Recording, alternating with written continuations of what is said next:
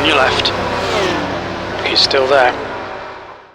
What's going on YouTube? We're back with more iRacing content this week. After taking off last week, we're going to be running week 10 of season 4 in the GT3 series going around Fuji International Speedway, and we're going to be taking the 992 around the track once again. This weekend I was able to run 11 races, and this race that you're going to see was my 11th.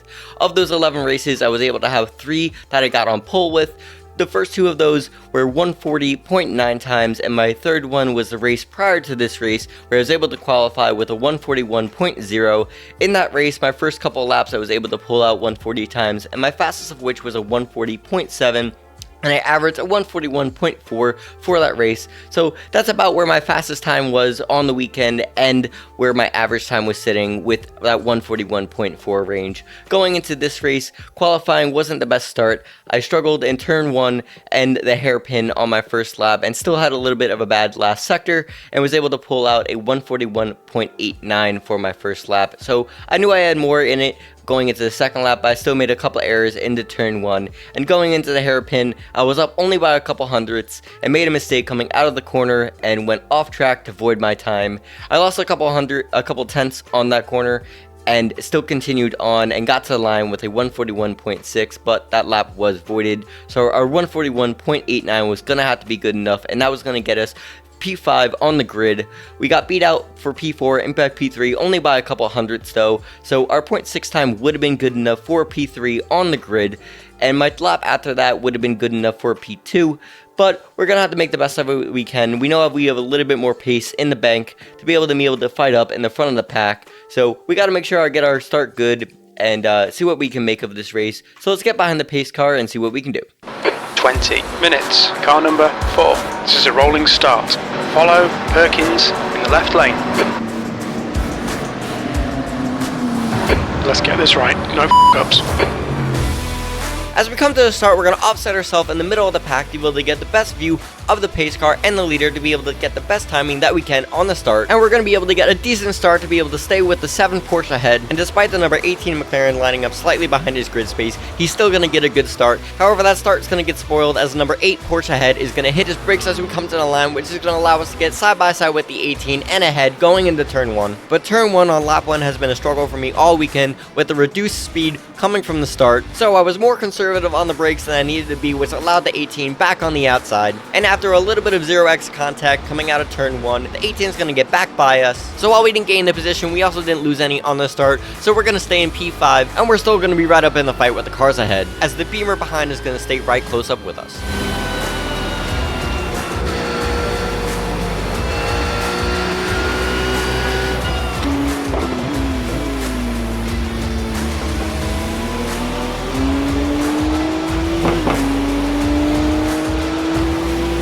Got a little loosey there. As we come to the Dunlop corner, I'm going to think about sending it down the inside of the 18. However, I'm not going to commit to the move, which may have thrown off the number 9 BMW behind, who's going to miss his braking zone and give the 18 a little love tap on the rear, but it's not going to mess up the 18 too much. And as we go side by side through the corner, I'm going to give the brakes an extra tap to make sure to give the 18 plenty of space, as I already made a mistake earlier in the weekend, not giving a car enough space into the corner and ended up spinning him out, so I wanted to make sure to give the 18 plenty of space. As we make it through the chicane, we're going to look ahead to the leaders, as the leader's going to have a bit of a moment coming out of turn 13, which is going to lead to contact between the 7 and the 11, both into and out of turn 15, and despite it not being the prettiest, the 7 is going to be able to move up into the lead, and is kind of fighting exactly what we want to slow down the leaders and keep us in this fight.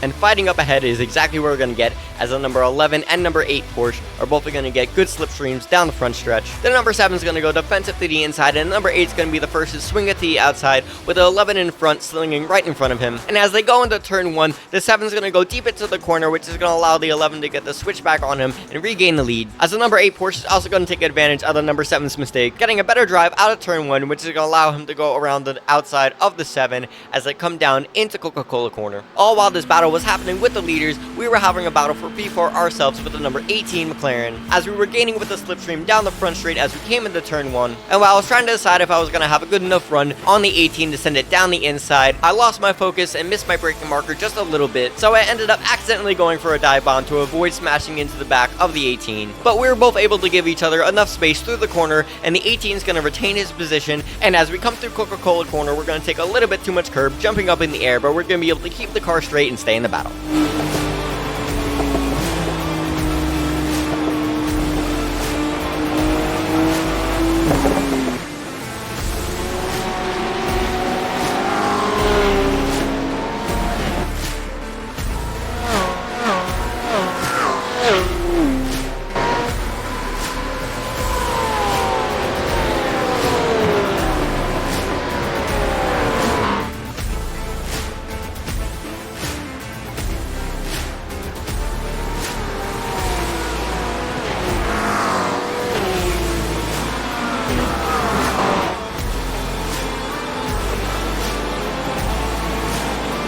All weekend I kept messing up Panasonic corner and getting eaten alive on the straight, and as we come to the end of lap 2, I'm going to go slightly wide for corner entry into Panasonic corner, which is going to allow the BMW behind to get right to our bumper, but our slow corner is going to slow him through the apex, making sure he doesn't get the best exit, so that mixed with the slipstream ahead from the 18 McLaren is going to allow us to not get eaten alive on the straight.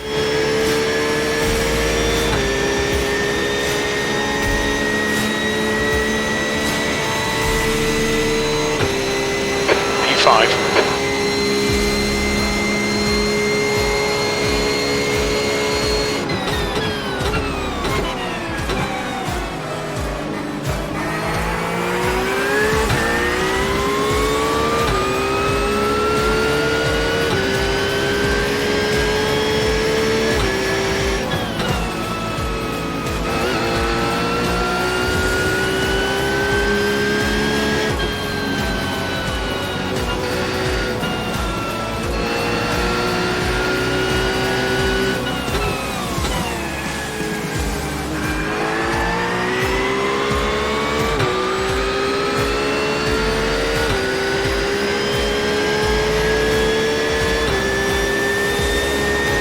The gap ahead with the leaders is beginning to build up as they stop battling as much, but as we come on the Dunlop corner, the four of us from P3 to P6 are going to bunch up all together, and as the track has such a long front straight with such a strong slipstream, we're all just one mistake away from getting back in a fight with each other.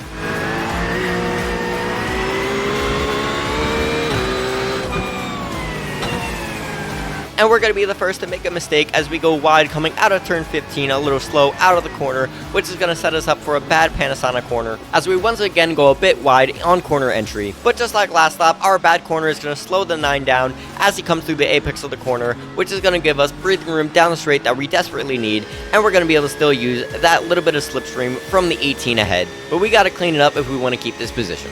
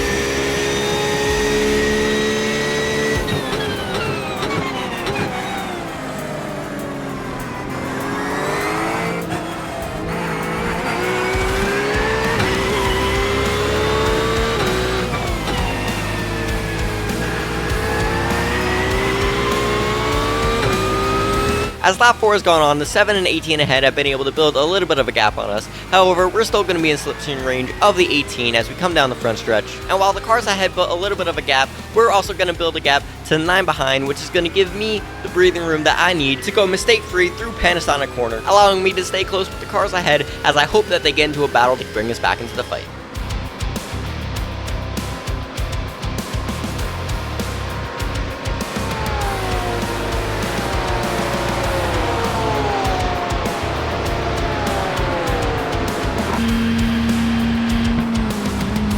And my dreams come true as the 7 once again goes deep into turn 1, which isn't going to send the 18 back alongside, but it is going to back them up into each other, which should hopefully lead to a little more fighting for us to get involved with.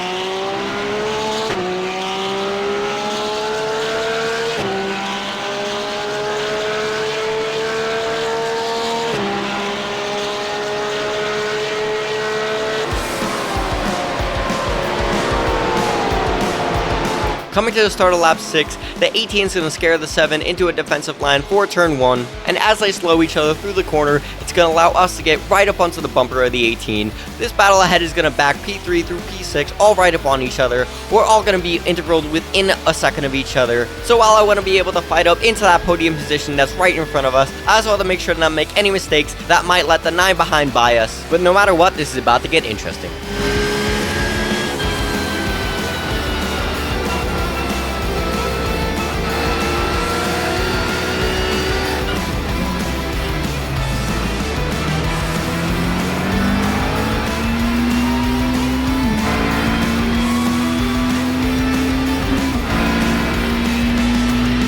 Coming in the Dunlop corner, the 18 is going to feel the pressure from us behind and is going to decide to take a defensive line to the inside, as we're going to make sure to keep his mirrors and camera full.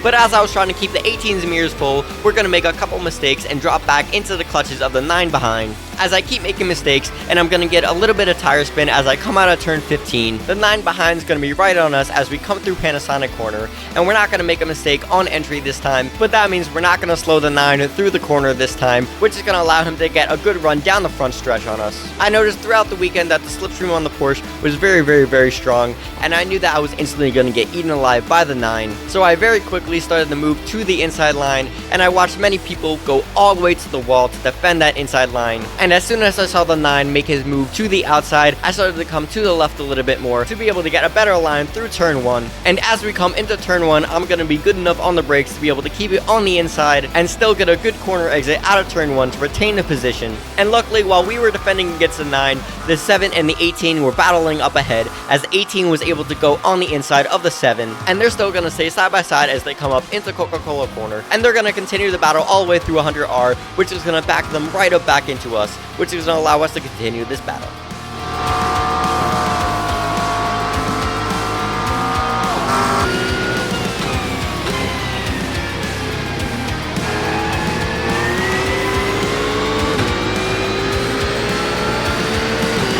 On your right. Clear right. And as we all remain so close to each other through 300R, the 7's going to make a mistake as he comes up into Dewlap corner. As he was trying to decide which line to take, he might have gotten a little bit spooked by us on the outside of him and decided to come back into the inside for some reason, slamming into the back of the 18, taking off his bumper and sending him into the runoff, which didn't necessarily need to be the end of his race, but the 18's going to make a mistake as he decides to go through the grass instead of through the runoff, losing his car through the grass, slamming into the barrier and losing his front bumper, which is going to make him decide that this is the end of his race. And while I hate the circumstances, this means that we're just one car away from the podium, so we gotta focus up and stay in this fight, as we still have the 9 right on our bumper ready for us to make any mistakes.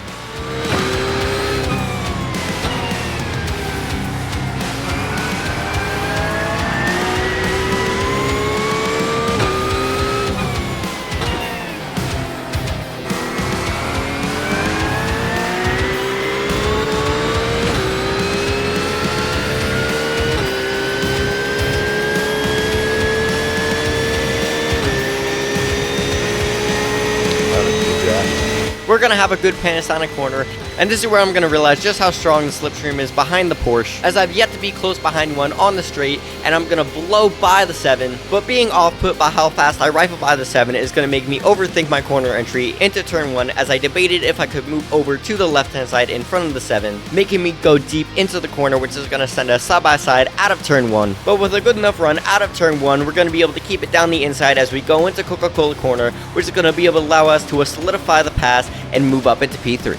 Clear right, P3. But it's not going to last for very long, as the 7 is going to send it down the inside into the hairpin. I probably should have seen the move coming, but I didn't. And as we come out of the hairpin, we're going to make a little bit of contact, and now the 9 is going to be right up there with us. As all 3 of us run so close to each other's bumpers, I'm going to just barely slide up in front of the 9 to go to the outside for Dunlop corner. The 7 is going to go heavy defensive to the inside, and the 9 is going to look like he's going to send it 3 wide for just a moment, but he's going to be wiser to move and is going to slot in behind us, as we all now are running exactly how we were a lap ago. Except now we have another Porsche and another McLaren joining the fight, and as we all run so close, this third sector of the track that I've been having so much troubles with is going to be so important to be able to once again take advantage of that slipstream of the 7 Porsche ahead, but the pressure is going to continue to get to me as we're going to get very loose out of turn 15 once again. Luckily for us, the number 7 Porsche ahead also had a very bad exit of turn 15, taking a lot of curb going flying in the air, while we're also going to be able to slow the 9 down through the corner with our line through Panasonic corner, so hopefully the slipstream of the 7 ahead will be able to keep us defending from the 9 behind and maybe even have another shot at the podium position. P4. Dude, why is the slipstream so strong on the Porsche? People have done the same exact thing to me so many times. Car left. Still there. Still there. Clear left. Good pass, mate. That was brilliant. Aw, poor Beamer. I was having such a good battle with the Beamer behind too. That's so unfortunate for him. But we're up into a podium. As the 7 didn't go defensive to the inside line for turn 1, we were able to just get enough slipstream to be able to send it down his inside into turn 1 and get that podium position. Unfortunately, as I got the pass done, I saw the 9 spin in my mirrors, and I was already sad for him in the moment as we had some great battling all throughout this race. But I feel even worse after reviewing the footage and seeing that he spun in one of the worst cases of netcode I've ever seen, because the way he spins makes it appear that he was hooked in his right rear, but as we look at the footage, the number 5 Porsche behind was nowhere close to him. And while it's really unfortunate what happens to the 9, we have to focus up and make sure to defend this podium, as we now have some clean air and we can actually show our true pace and maybe build a little bit gap to the 7 behind. A little bit of clean air to see if we can beat the Porsche's time. Keep them behind us. Not get murdered. I see murders on before.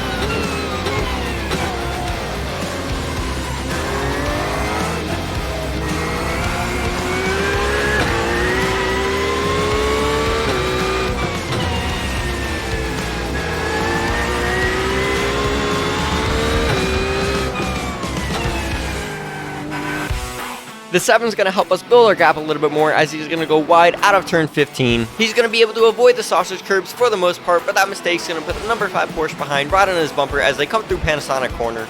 He also got it wrong, and they're going to have a little bit of fighting back there. The gap to Perkins behind is increasing. It's now 1.3. And with that 1.3 second gap to the 7 car behind, he's not going to have any 8 of our slipstream be able to defend against the 5, and the 5's instantly going to eat him up on the front straight. So hopefully with clean air ahead of us, these two can continue to battle so that we'll be able to keep and build on our gap, as we only have a couple more laps to make it to the checkered flag. Great driving. Keep it up. P3.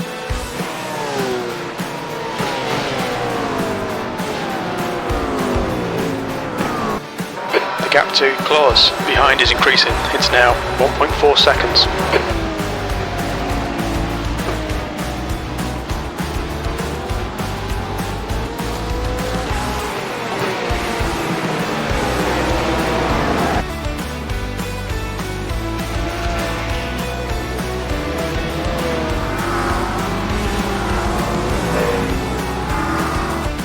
The gap to Claus behind is now 1.3 seconds.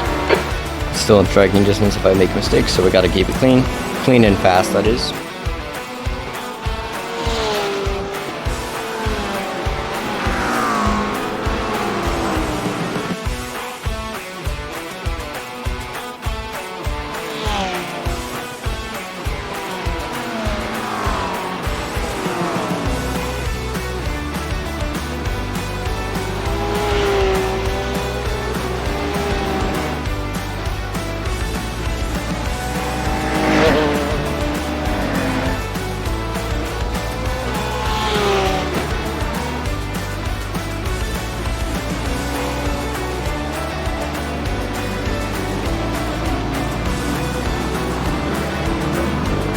flag, one more to go. Let's bring it home. It's been a great race. Very, very, very, very fun. So much wheel to wheel, so much defending, overtaking. Okay, Rob, one more to go. Keep it together, we'll be on the podium. It's really unfortunate that that Beamer got taken out. It was a really good battle with him keeping him behind us. So. They're still close behind, so they might do some more battling. But this is more self-preservation at this point. Just get it to the line, and we'll have our podium. And I'm gonna spoil the ending for you guys here, as we are gonna be able to run the rest of this lap clean and make it to the flag to finish in P3, all while having some very, very close racing, having some good defending moments and good overtaking moments, all while being able to avoid incident points. So our 0 incident points are gonna make our safety rating go up by 1.3, bringing us up to a 3.63, while our bottom step in the podium is gonna result in plus 73 iRating, bringing us up to a 1295 in the sports car class. So this race was a great result for both safety rating, iRating, as well as being an incredibly fun race to run. Coming off a win last race into our second, third podium, or fourth podium. My third place of the weekend. My other two were poles that I choked and turned into P3s. So it feels pretty good to go from P5 to P3. Have some actually really good racing. Unfortunately, my McLaren got taken out by the Porsche we were battling with, Perkins, and he wasn't in the race. So we gained a position that way, but besides that, some pretty good clean racing. It's going to be a really, really, really good result for us. I'm really happy with this one, actually. I'm not sure how many podiums this is in GT3 class in the series, but we're slowly getting there. Feels good to get past it. It was really, really good. So, really good race. Well done, decent drive.